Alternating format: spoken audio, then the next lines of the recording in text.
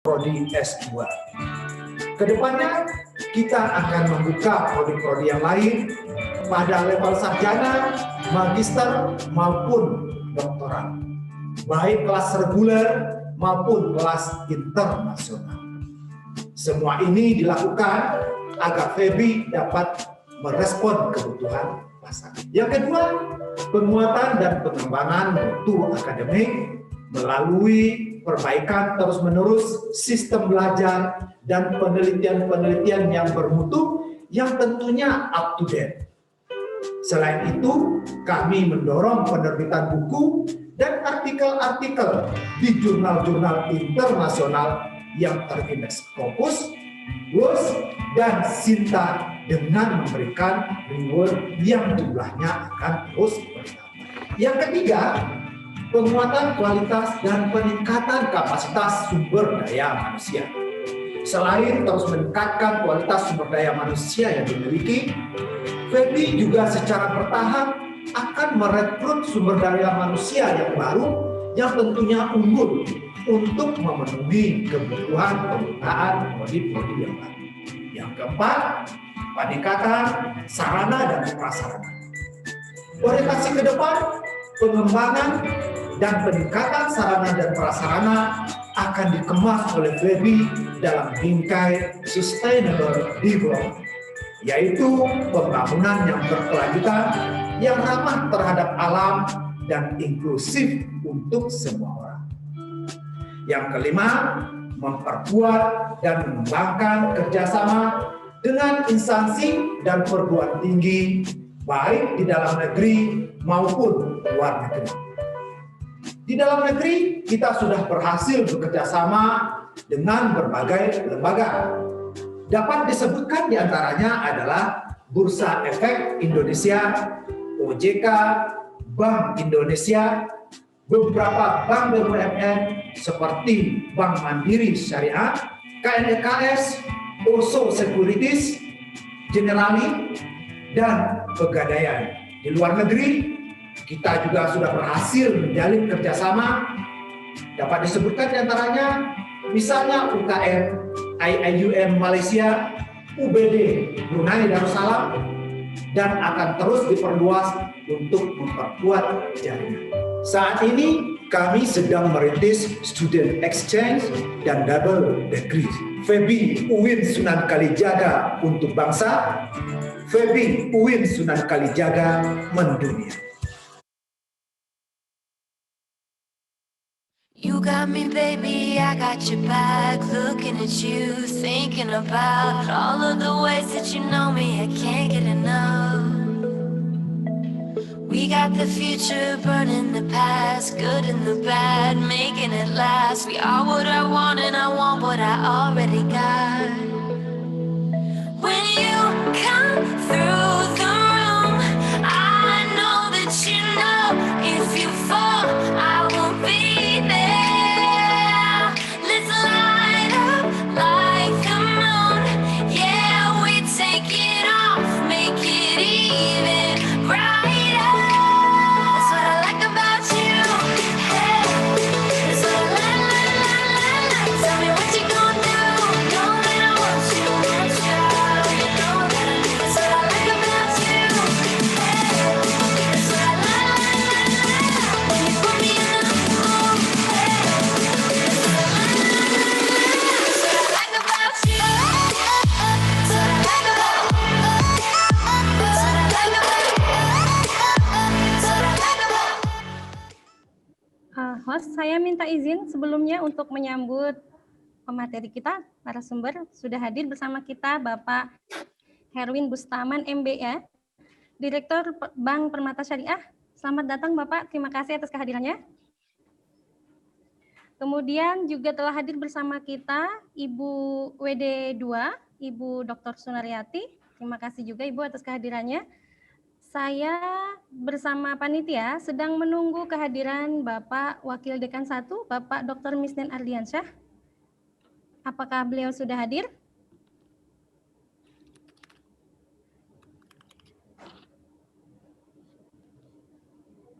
Kemudian telah hadir juga moderator Bapak Kaprodi kita, Bapak Dr. Abdul Qayyum. Jadi insya Allah sambil menunggu 2 menit lagi acara akan kita mulai. Terima kasih.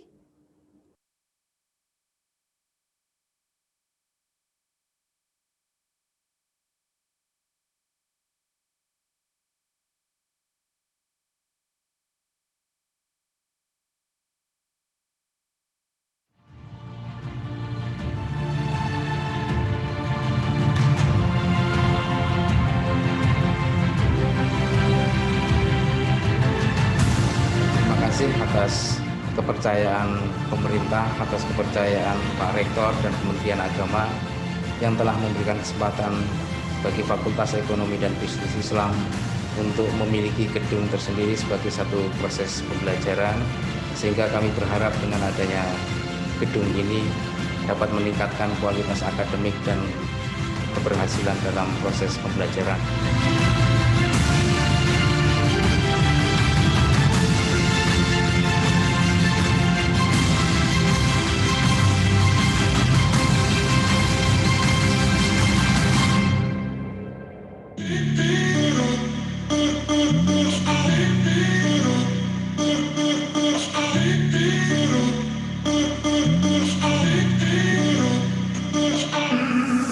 Ever since you said my name, I will never be the same.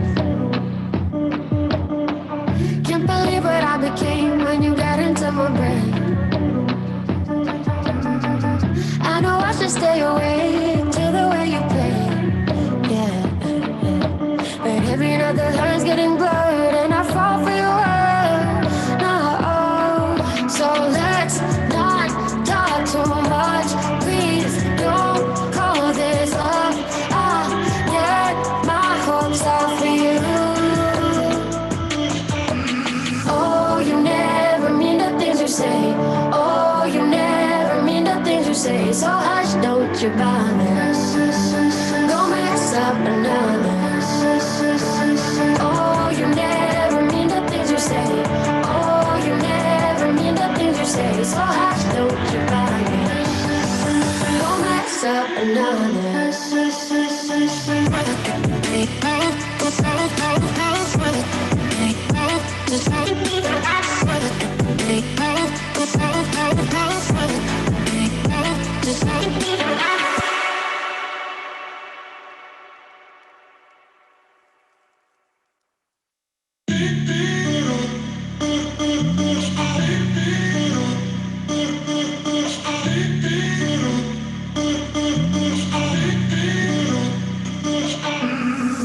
Ever since you said my name, I will never be the same.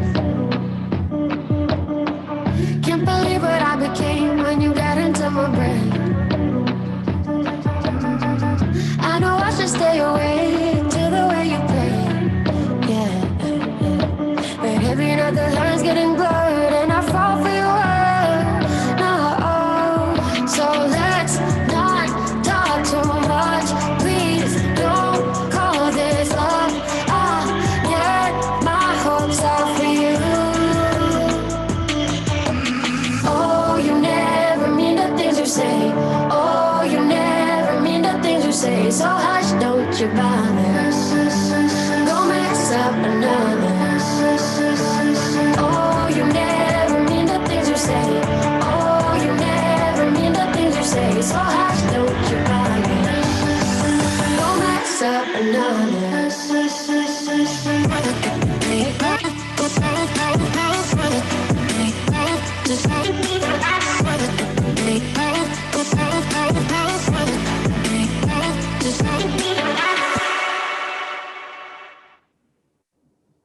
Bismillahirrahmanirrahim. Assalamualaikum warahmatullahi wabarakatuh. Alhamdulillahirabbil alamin wa bihi nasta'in ala umurid dunya din. Wassalatu wassalamu ala asyrafil anbiya'i wal mursalin nabiyyina wa maulana Muhammadin wa ala alihi wa ashabihi ajma'in, amma ba'd. Yang sangat kami hormati Bapak narasumber, Bapak Herul Aman MBA, kemudian Bapak Dekan Fakultas Ekonomi dan Bisnis Islam UIN Sunan Kalijaga, Yogyakarta, yang kali ini akan diwakili oleh Ibu Wakil Dekan Bidang 2, Ibu Dr. Sunaryati. Bapak Kaprodi, Bapak Dr. Abdul Qoyum, dan teman-teman dosen Prodi Ekonomi Syariah beserta mahasiswa dan seluruh undangan yang berbahagia. Alhamdulillah, marilah kita sama-sama memanjatkan puji syukur kehadirat Allah atas limpahan rahmat dan berkahnya sehingga kita bisa mengadakan agenda pada siang hari ini. Semoga diberkahi Allah Subhanahu wa taala. Salawat dan salam kepada junjungan kita Nabi besar Muhammad sallallahu alaihi wasallam beserta keluarga, sahabat dan seluruh pengikut beliau hingga akhir zaman. Baiklah, memasuki acara yang pertama yaitu pembukaan. Marilah kita sama-sama membuka acara pada siang hari ini dengan membaca Al-Basmalah. Bismillahirrahmanirrahim. Yang selanjutnya menyanyikan lagu Indonesia Raya dan himne UIN Sunan Kalijaga serta Mas UIN Sunan Kalijaga. Hadirin yang bisa berdiri dipersilakan untuk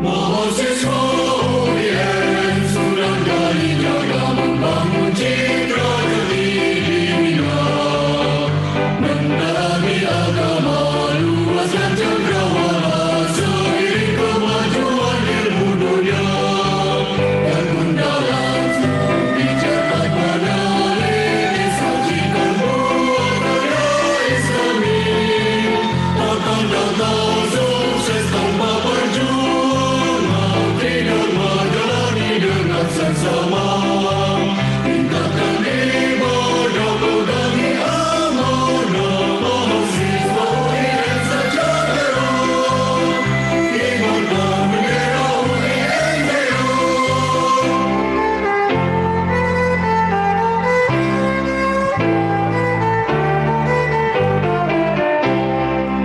Mahasiswa UIN sudah dari jaga membangun citra diri bina, mendalami agama luaskan cakrawala seiring kemajuan ilmu dunia tekun dalam studi cermat menalih sajikan buah karya Islami takkan datang sukses tanpa perjuangan tidak menjalani dengan seksama tingkatkan ibadah pegangi amanah mahasiswa UIN sejahtera kibarkan bendera UIN jaya.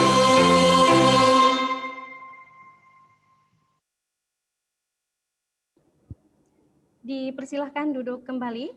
Selanjutnya adalah sambutan yang akan disampaikan oleh Wakil Dekan Bidang 2 kepada Ibu Dr. Sunaryati, MSI, dipersilahkan.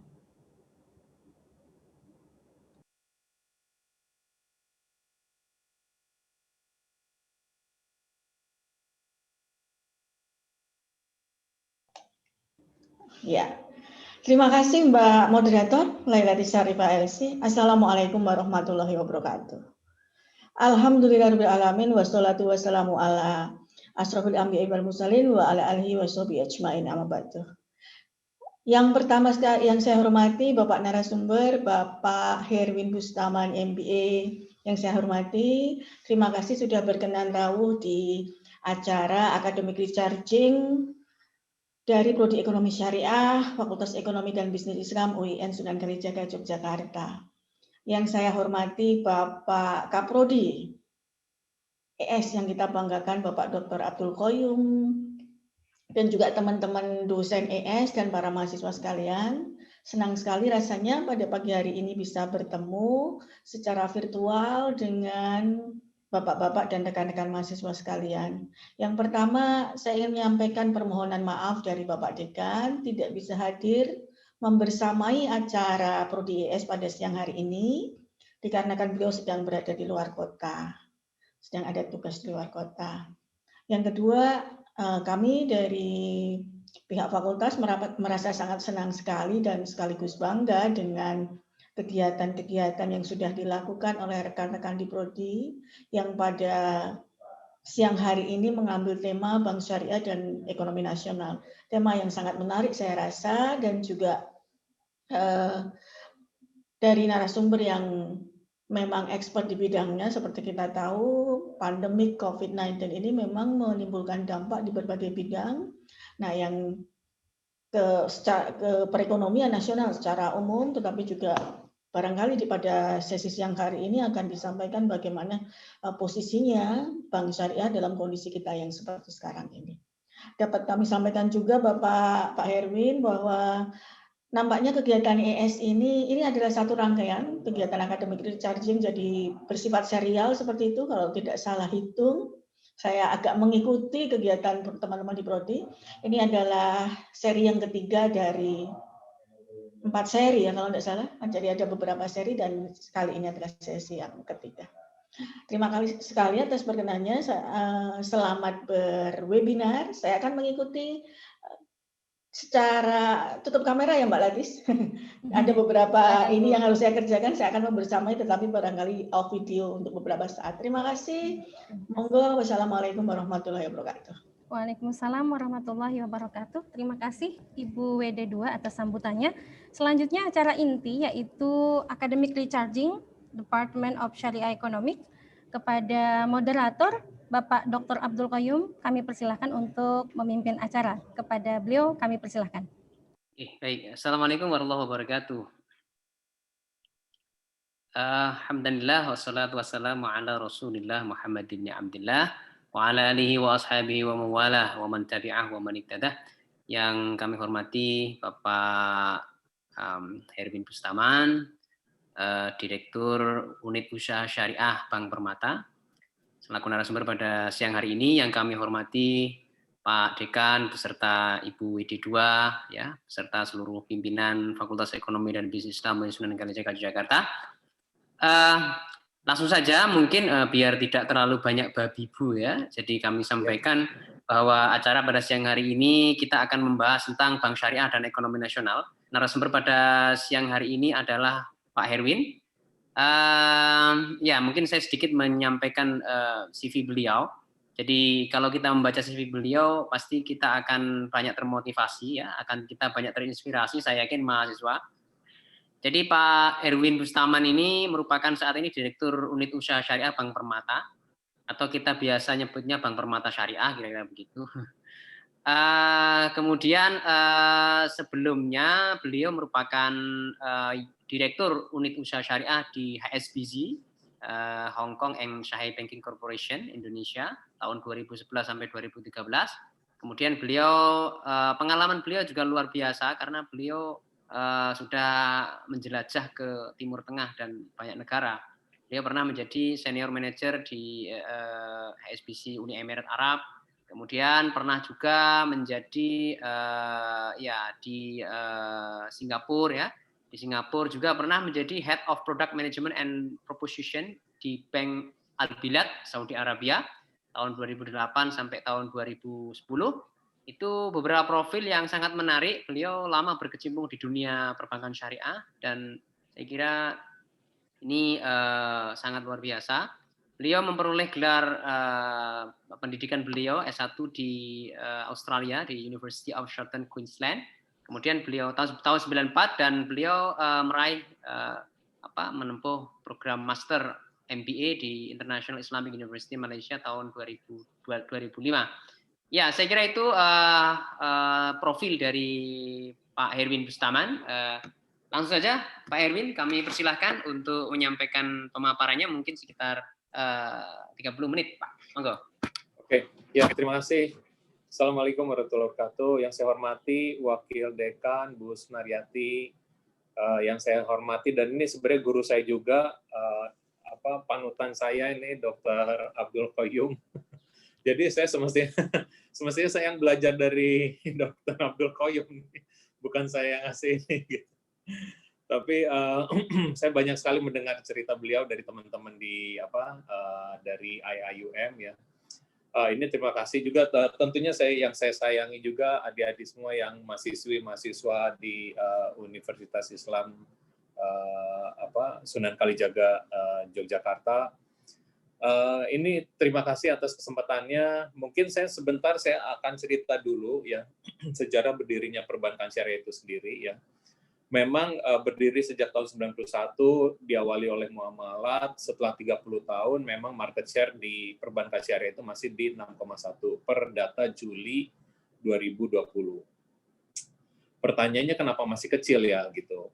Memang kendalanya dulu di awal-awal kalau kita tahu ya, mungkin sejak tahun 91 tersebut sampai di awal tahun 2000 itu atau akhir 99 lah ya, 98 99 itu baru hanya ada 2 bank. Ya, satu itu bank muamalat, satu lagi adalah BSM. BSM itu hasil konversi dari salah satu bank konvensional. Kemudian kalau kita bisa lihat lagi pertumbuhannya itu sebenarnya mulai pesat di tahun 2008 ya, sejak keluarnya Undang-Undang Perbankan Syariah Nomor 21 tahun 2008. Disitulah mulai ada pertumbuhan yang cukup pesat ya.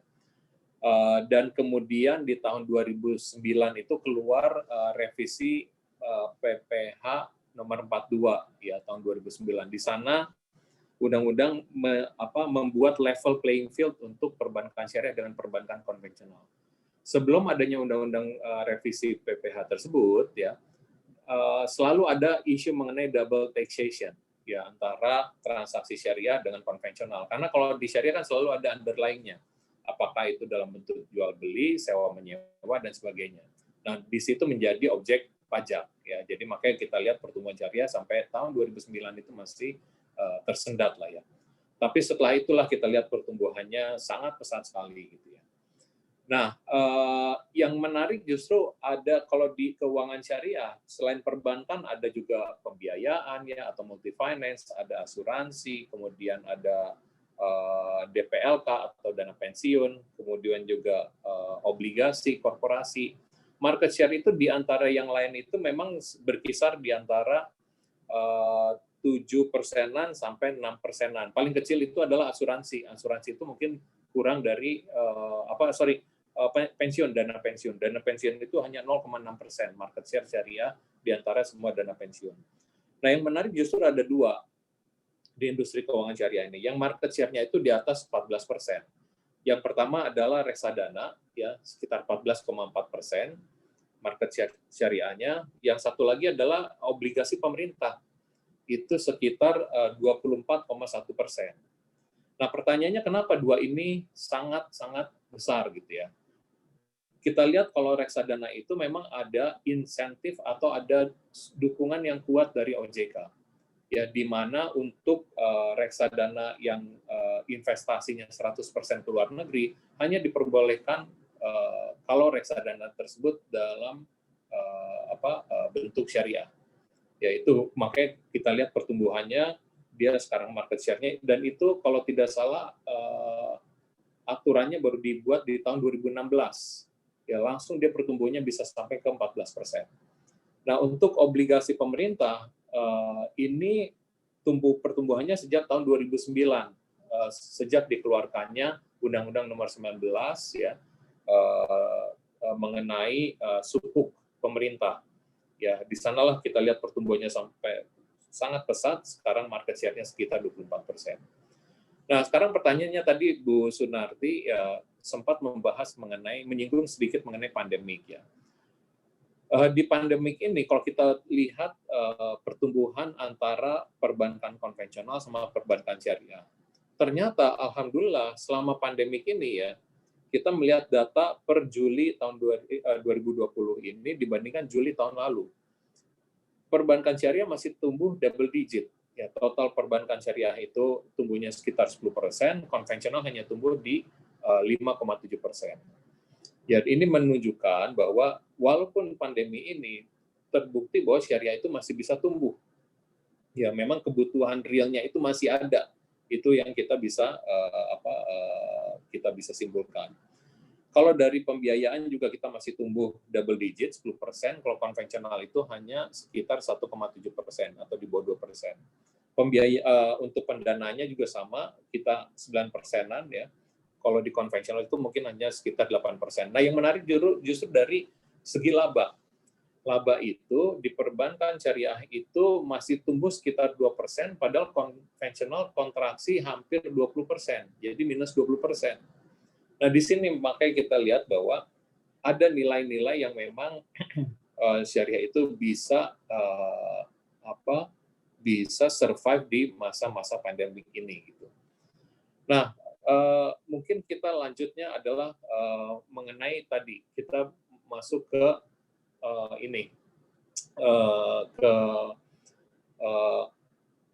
tantangan kedepannya buat perbankan syariah itu sendiri. Tantangan kedepannya kalau saya bisa simpulkan mungkin pertama adalah ya memang kita beberapa minggu yang lalu mendengar ada 3 bank BUMN akan di-merger menjadi satu ya, yaitu Bank BSN, Bank Syariah Mandiri, BRI Syariah, kemudian juga BNI Syariah.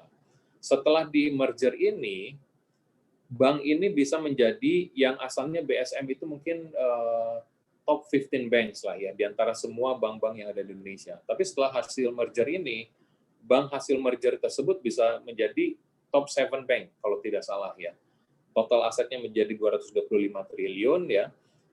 Itu hanya sedikit di bawah CIMB Niaga ya di 274 dan di atas Panin yang di sebesar 211 triliun.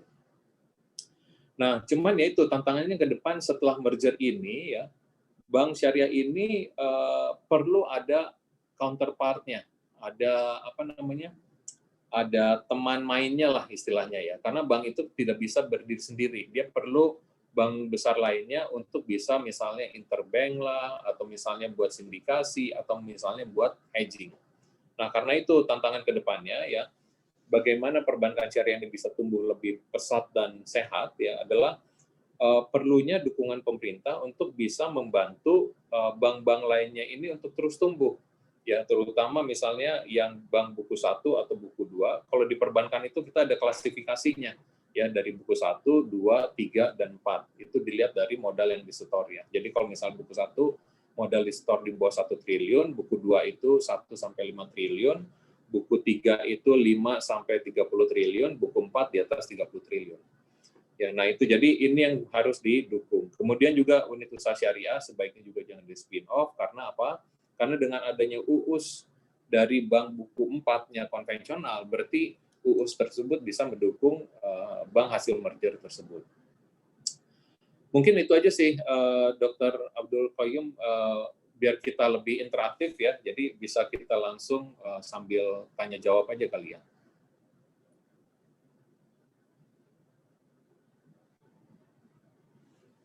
Masih di mute, Dokter?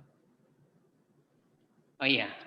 Ya, terima kasih Pak Erwin atas pemaparannya yang singkat, padat, ya, tetapi sangat memberikan pencerahan ya bagi kita tentang bank syariah dan ekonomi nasional. Mungkin mengawali diskusi kita melihat fakta bahwa perbankan syariah kondisinya hari ini itu meskipun pada masa pandemi kan masih tumbuh sangat baik ya. Dan labanya masih tumbuh laba 2% dibandingkan dengan bank konvensional yang mengalami kontraksi sekitar 20% tadi. Nah, kalau boleh tahu mungkin saya mencoba untuk bertanya kira-kira dalam konteks makro Pak Herwin, sejauh ini sebenarnya kalau dari sisi peran perbankan syariah terhadap ekonomi nasional itu seperti apa? Mungkin Pak Herwin sebagai pelaku industri kan tahu ya kontribusi selama ini mungkin dalam konteks pembiayaan ke sektor-sektor ekonomi itu seperti apa kira-kira untuk gambaran kami mungkin. Oke, terima kasih Dr. Qayyum. Jadi kalau awal-awal ya mungkin sampai saya boleh bilang sampai tahun 2005 lah ya. Kebanyakan portofolio perbankan syariah itu lebih banyak ke retail.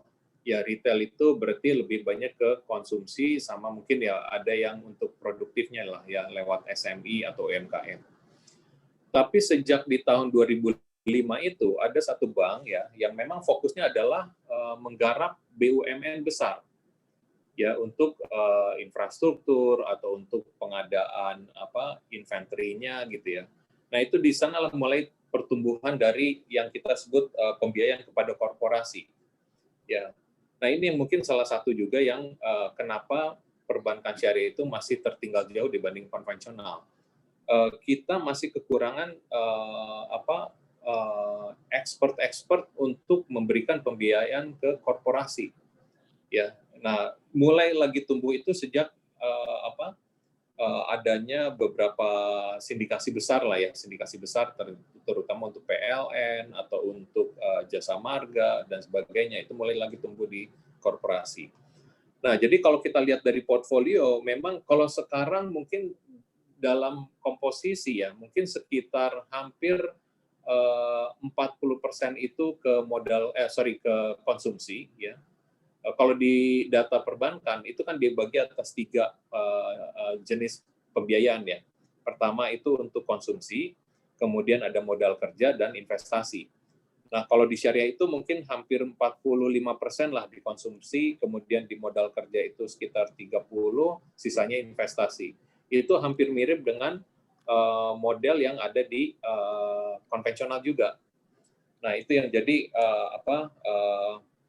sekarang kalau kita lihat ya portofolio syariah itu sudah hampir sama diversifikasinya dengan konvensional.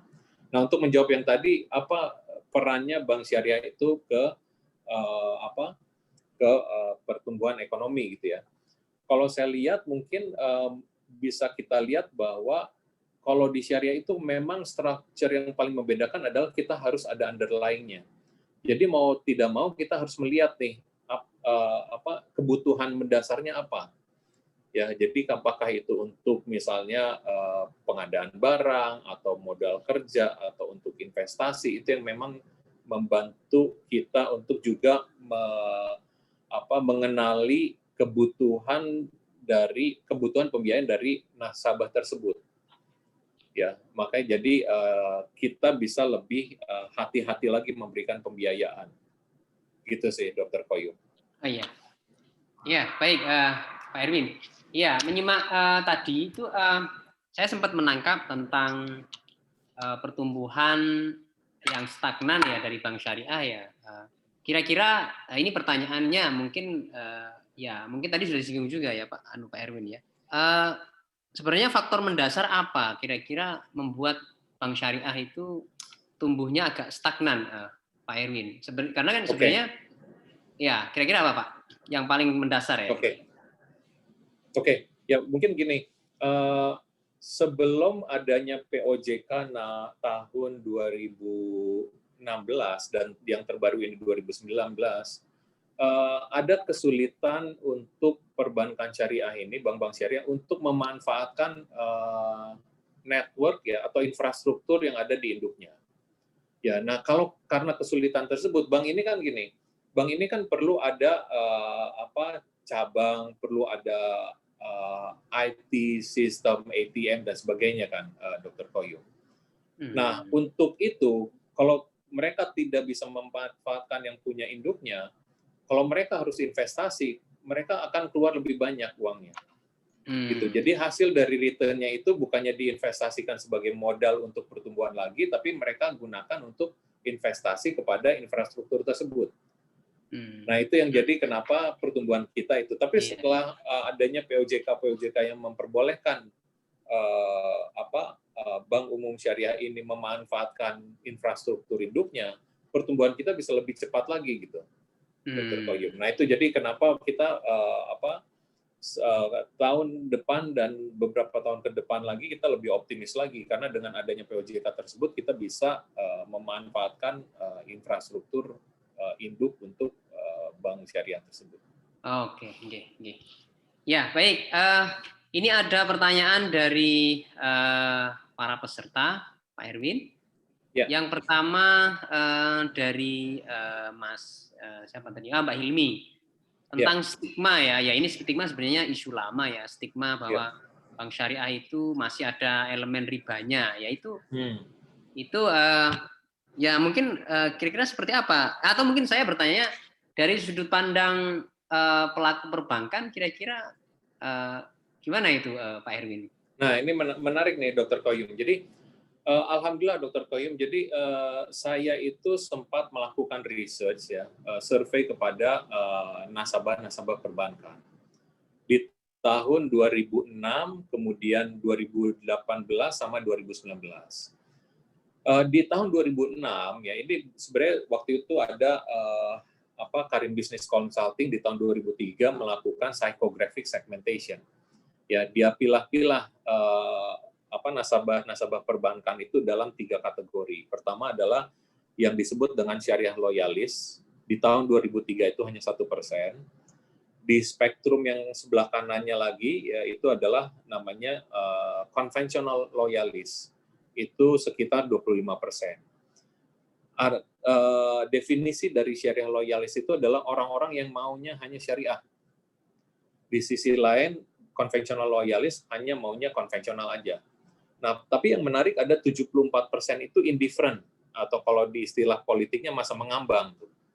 74% gitu. Nah, waktu di tahun 2006 saya melakukan research, dari 74% ini berapa persen sih yang dekat ke syariah gitu. Jadi kalau dulu stigmanya itu di antara yang 74% ini mereka tidak mau memiliki produk atau jasa layanan syariah itu karena produknya terbatas, servisnya tidak sebagus punya konvensional, kemudian juga dari hal return-nya juga lebih rendah gitu ya. Itu yang persepsi-persepsi yang ada di antara yang 74% ini.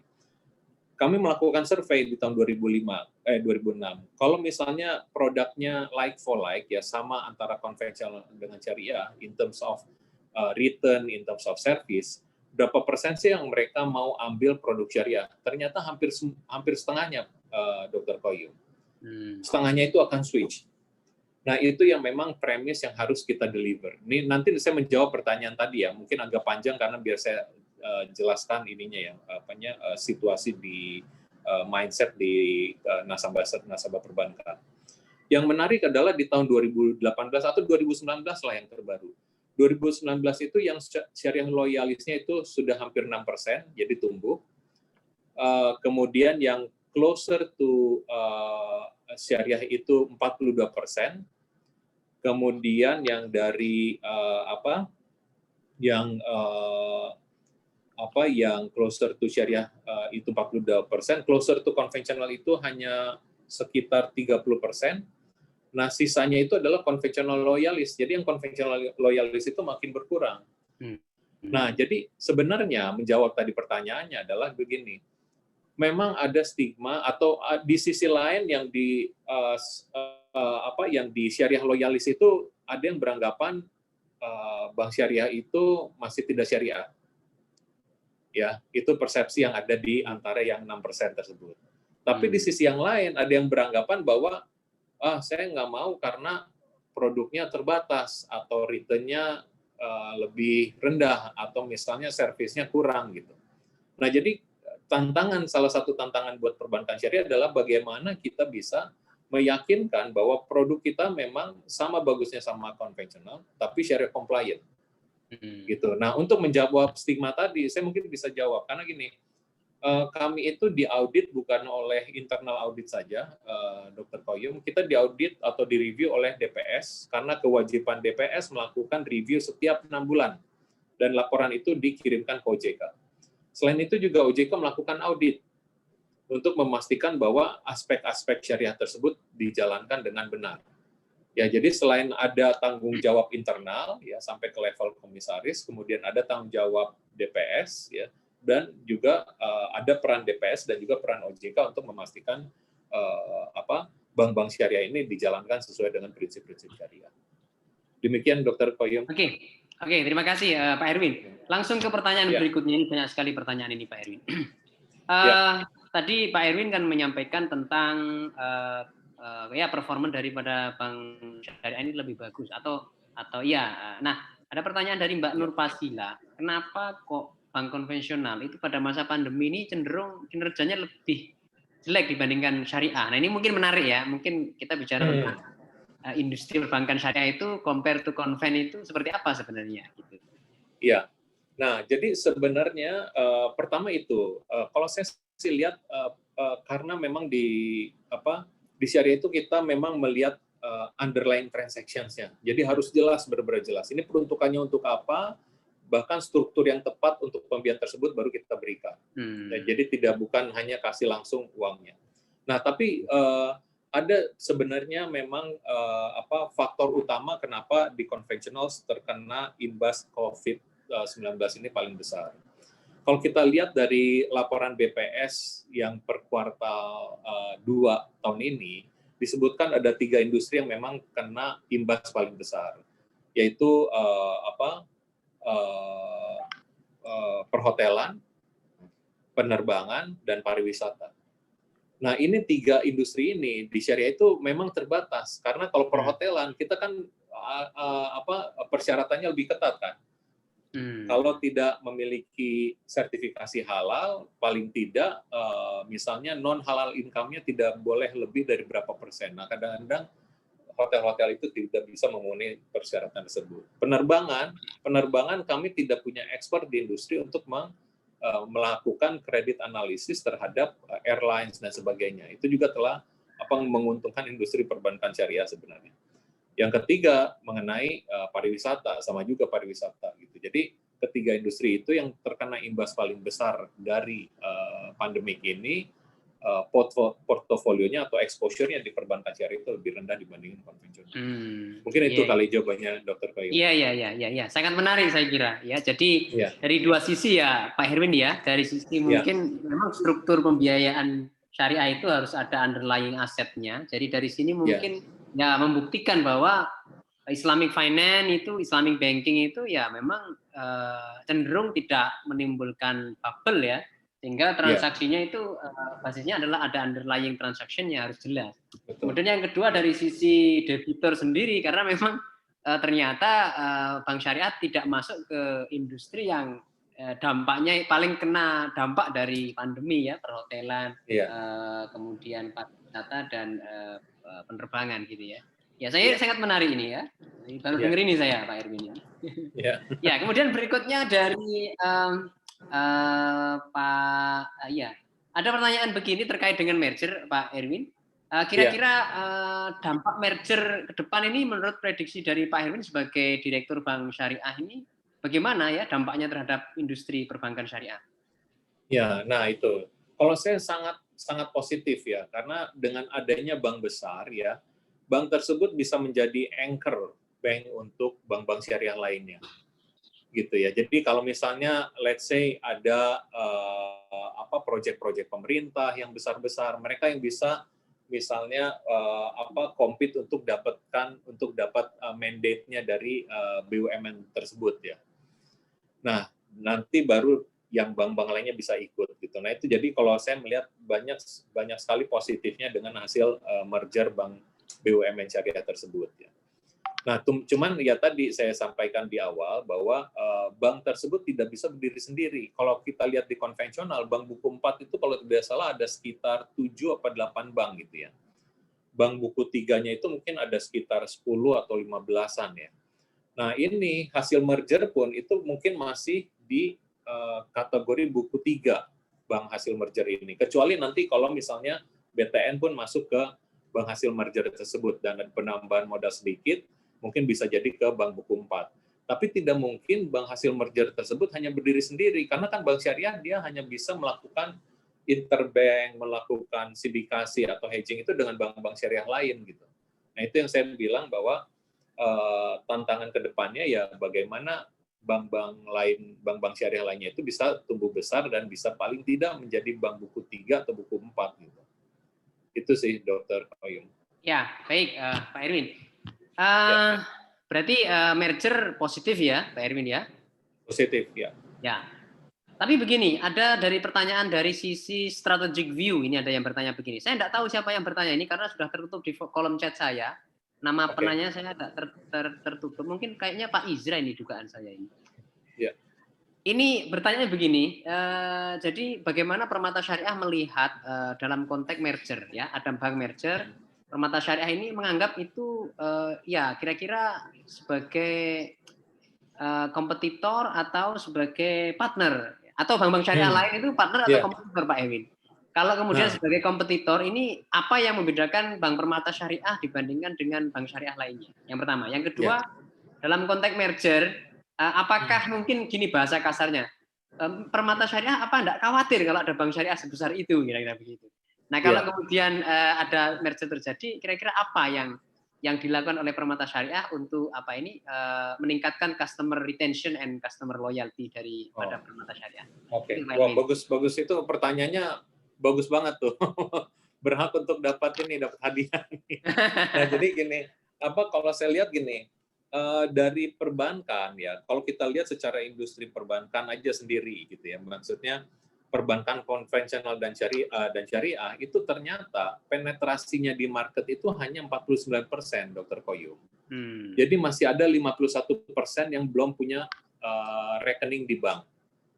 Ya, jadi masih banyak kalau kita lihat PR-nya kita nih secara industri perbankan ya, baik itu konvensional sama syariah.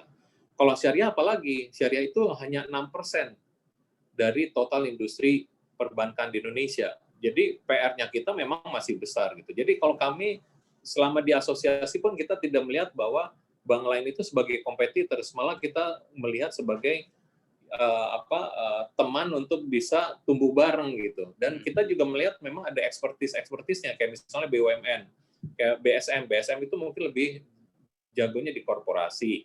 BNI itu mungkin lebih ke retail sama komersial gitu ya.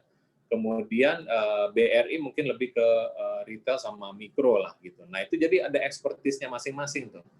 Ada beberapa bank mungkin yang dari Malaysian Bank lebih fokus ke korporasi. Nah itu juga yang memang kita punya target market atau segmen-segmen sendiri-sendiri.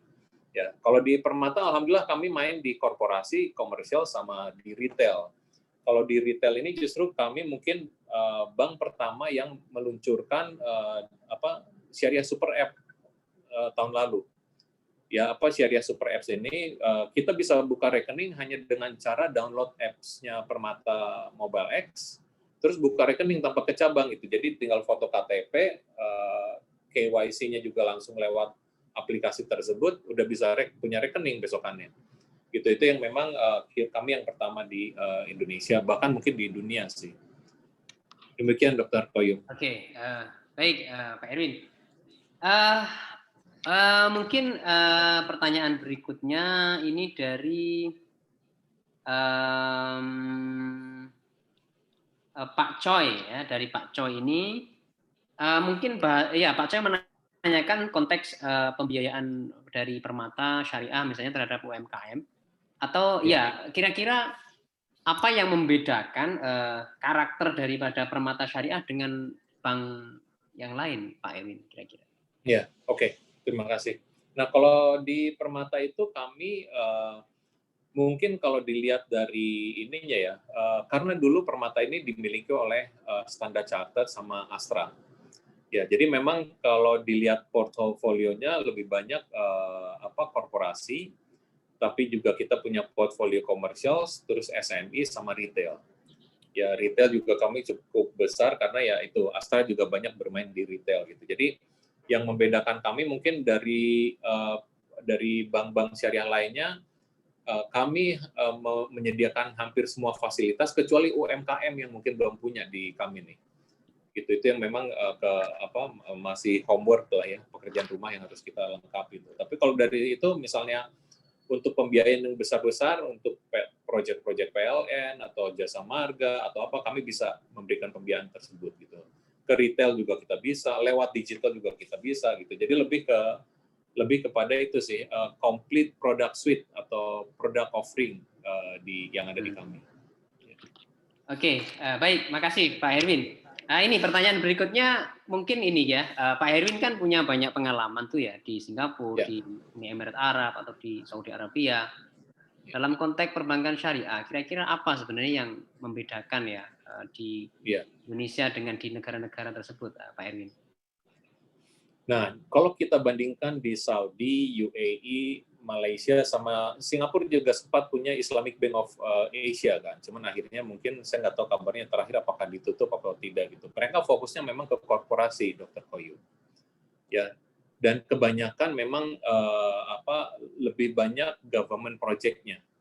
Nah, kalau Indonesia ini unik justru. Kita itu kuat di retail sama UMKM. Ya, itu yang membedakan kita dengan negara-negara tersebut ya, yang saya sebutkan di Saudi Arabia, di UAE, Malaysia atau di Singapura ya. Nah, jadi itu yang memang kita harus perkuat tuh. Retail banking sama UMKM syariah itu harus kuat di Indonesia. Tapi kita tidak bisa menafikan bahwa 3 tahun sampai 5 tahun ke depan, proyek infrastruktur itu masih tetap backbone pertumbuhannya ekonomi di Indonesia. Ya mungkin paling tidak 2-3 tahun ke depan lah ya. Nah itu yang memang kita harus banyak memberikan pembiayaan kepada proyek-proyek infrastruktur tersebut gitu. Kalau hitung-hitungan saya kalau tidak salah waktu itu ya ada sekitar 400 billion US dollar proyek infrastruktur proyek sampai di tahun 2024. Ya, nah ini kalau misalnya kita tidak bagian dari sana kan kita market share kita akan tergerus kan, karena itu tentu akan dibiayai oleh pembiayaan konvensional. Nah di situ makanya dengan adanya bank hasil merger tersebut kami harapkan proyek-proyek besar itu bisa diberikan ke bank-bank syariah gitu untuk disindikasikan. Ya, baik Pak Erwin. Mungkin ini berikutnya mungkin ya 2 pertanyaan terakhir ya karena sudah hampir jam 2. Ini sesuai perjanjian 1 jam Pak Erwin ya. Begini, ini pertanyaan yang ya secara teoritis penting, tetapi dalam praktek ini penting juga dikonfirmasi kepada praktisi ya. Oke. Ini kan Bank Permata Syariah kan masih unit usaha syariah, Pak Erwin ya. Pertanyaannya adalah kenapa belum spin off yang pertama. Ya, yang kedua kapan kira-kira spin off ya? Oke. Terima kasih Dr. Koyong. Jadi kalau memang kami ini asetnya ini masih dibilang kecil untuk kelas UUS ya. Kita masih di 22 triliunan. Jadi kalau hitung-hitungan kami ya, kalau kita mau spin off itu sebaiknya paling tidak di 35 triliun. Ya, dan sudah punya beberapa cabang syariah gitu. Jadi paling tidak kita udah bisa lari kenceng lah, dan infrastruktur terutama untuk IT sama digital bankingnya itu udah siap. Nah itu kenapa kami lebih fokus sekarang adalah memperbesar asetnya dulu ya, sambil kita persiapkan orang-orangnya ya, sama bisnis model atau penajaman juga target market, terus strateginya kita gitu ya, sampai kita pikirkan kalau nanti kita pun spin off, bagaimana kita bisa tetap memanfaatkan infrastruktur di konvensional tadi itu. Gitu. Jadi jangan sampai dilepas gitu. Karena kalau tidak sayang kan, kita nanti sama lagi semua keuntungan yang dihasilkan dari yang kita hasilkan dari pembiayaan tersebut itu akhirnya kita pakai hanya untuk investasi ke pembukaan cabang atau ke IT sistem dan lain sebagainya gitu. Nah itu makanya kita harapkan bahwa kita pertajam dulu tadi semua ya, sambil kita terus tumbuh, sama kita pikirkan bagaimana kita bisa terus memanfaatkan infrastruktur dari induknya. Demikian sih Dr. Koyum. Tapi sesuai dengan undang-undang paling lambat 2023. Oh, 2023 ya Pak Erwin ya? Iya. Ya, kita tunggu Pak Erwin. Ya, oke. Iya. Baik, pertanyaan terakhir Pak Erwin. Tadi saya sempat mendengar Pak Erwin menyinggung tentang SDM ya. Iya. SDM. Nah, kira-kira ya, kami sebagai penyelenggara program studi ekonomi syariah ini, apa kira-kira yang harus kami persiapkan dalam rangka mencukupi kebutuhan SDM ya, yang dibutuhkan salah satunya oleh Permata Syariah ya.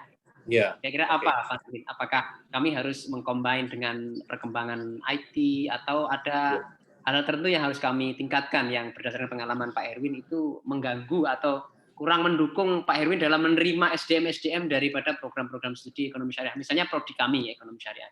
Iya, oke. Waduh, ini pas banget nih. Tadi closing statement-nya saya memang mau mengenai hal ini juga, Dr. Koyum. Jadi kalau saya lihat adalah ini sih, beberapa yang paling penting itu karena gini, seperti pertanyaan tadi kan, apakah syariah itu syariah atau tidak gitu ya. Nah, kendala yang kami hadapi sekarang ini, memang kami kekurangan orang-orang yang memang punya expert mengenai konsep-konsep syariah itu sendiri. Ya, karena kita mau kalau bisa ya move away dari syariah compliant product menjadi syariah based product.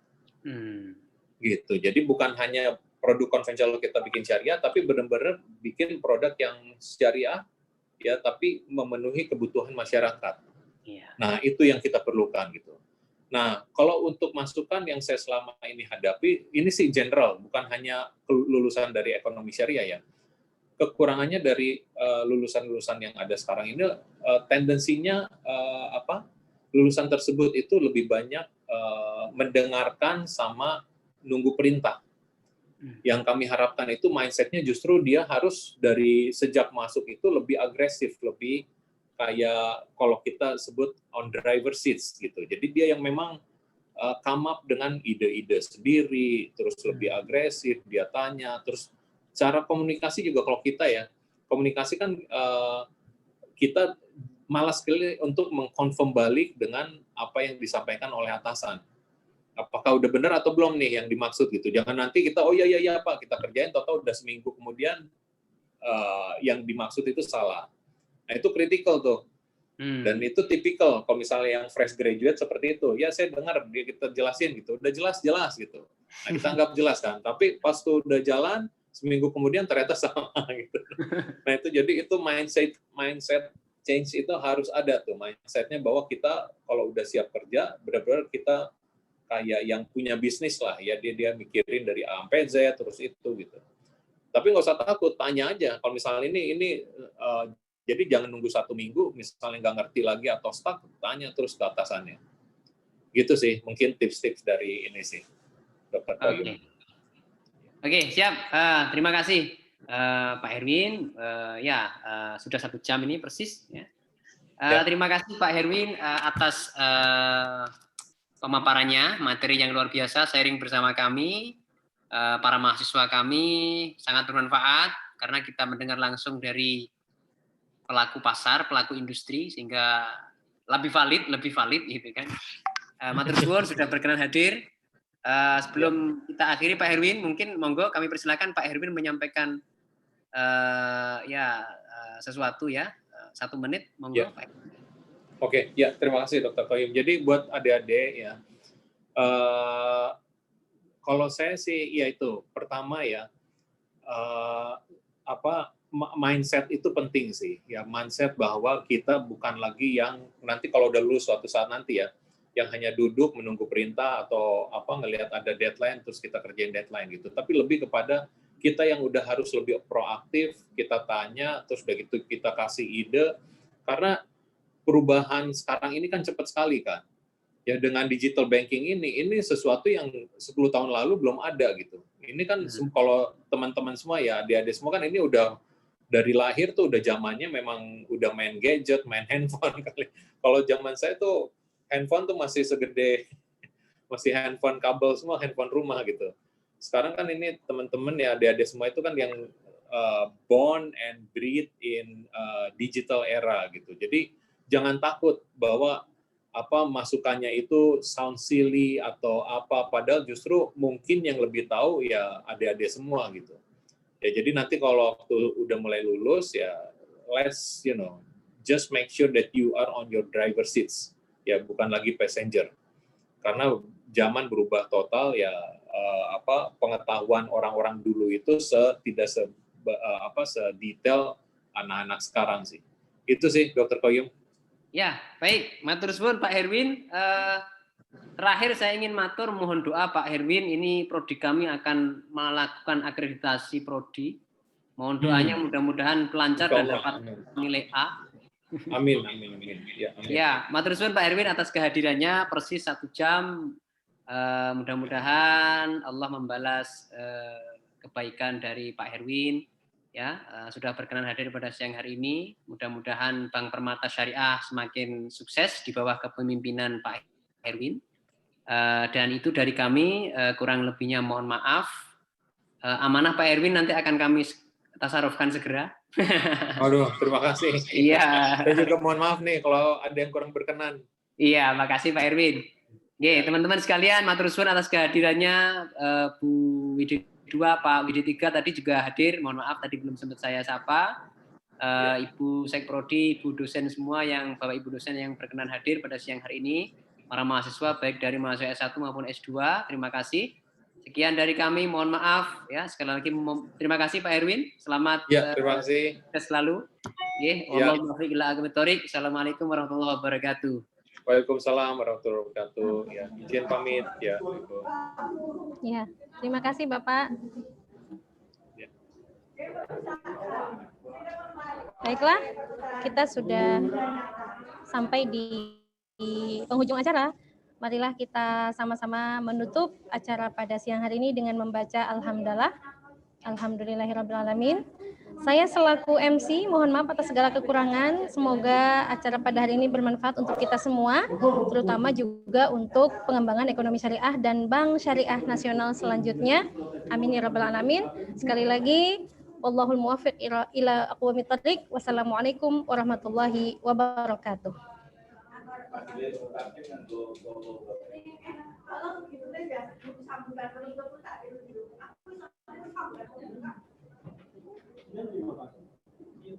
Enggak.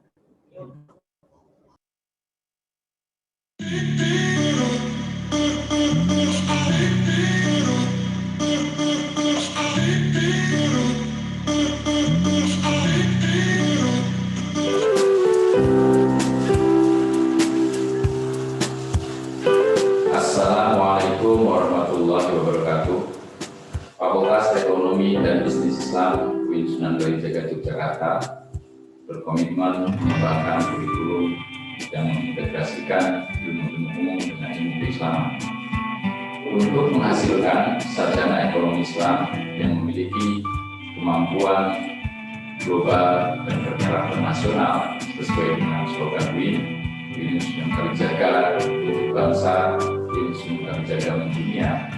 Maka kurikulum yang dikembangkan di Fakultas Ekonomi dan Bisnis Islam senantiasa direview dan direvisi dari mulai kurikulum berbasis kompetensi yang hanya menjamin proses pembelajaran sesuai dengan kompetensi yang dibutuhkan, kembangkan kurikulum berbasis KKNI yang mencoba menstandarkan